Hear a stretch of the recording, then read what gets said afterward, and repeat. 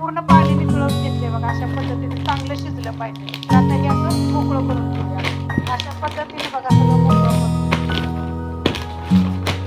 चांगलं शिजलं नाही असं पूर्ण मस्त खड्याचा तुकडा वगैरे राहिला असला तर काढून घ्यायचं. सगळं सॉफ्टच आहे पण एखादं त्यात बरे असतं ना टाकून काढून घ्यायचं. खाताना लहान मुलांना वगैरे लागेल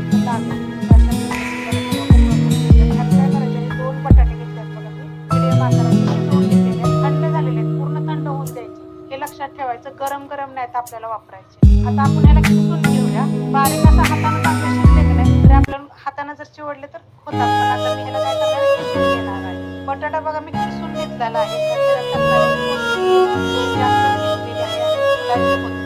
आता ह्याच्यात टाकणार आहे ठेचा. तर ठेचा कसा केला म्हणजे मिरच्या भाजलेल्या आहेत आणि लसूण आणि अर्धा इंच अंडा कुटून घेतलेला त्याप्रमाणे टाका.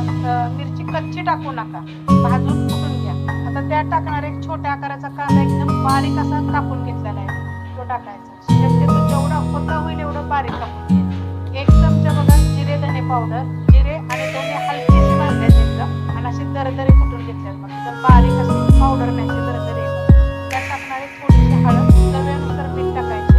चिकन शिजवताना मीठ घातलं म्हणजे लक्षात घेऊन मीठ टाकायचं आपल्याला. अर्धा चमचा गरम मसाला पावडर. खूप साऱ्या गरम मसाला पावडरच्या रेसिपी मी अपलोड केलेल्या.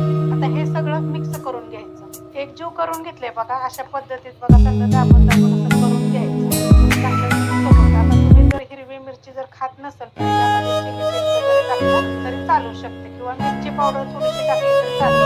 काय होतं हिरवी मिरचीची चव वेगळी असते आणि बाकी जसं चिली फ्लेक्स म्हणा लाल मिरची पावडर म्हणा वेगळी असते. ते मिक्स करून झालेलं आहे. तडका पॅन घेतलेला आहे. त्यात तेल गरम घेतलेलं आहे बघा. त्याच्यामध्ये थोडंसं टाकायचं जिरं. जिरं बघा चांगलं भाजलं गेलेलं आहे. त्यात टाकायचे आपल्याला कढीपत्ता, चिमूटभर बघा हिंग पावडर आणि आता हा आपण तडका ओतून घेऊया. आणि थोडंसं थंड झाल्यानंतर मिक्स करायचं कारण गरम आहे.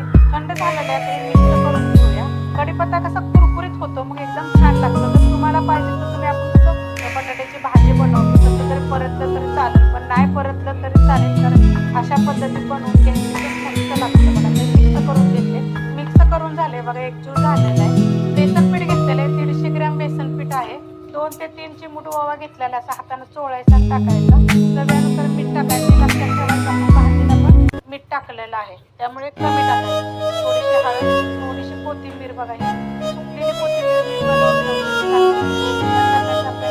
गरम असं ते काढून घेऊया आपण. आता ह्यात टाकायचे आपल्याला पाणी. आपलं साधं पाणी घेतलेलं आहे. थोडं पाणी टाकून थोडं पाणी टाकून बघा मिक्स करून घेतलेलं आहे. आता आपण अजून पाणी टाकूया.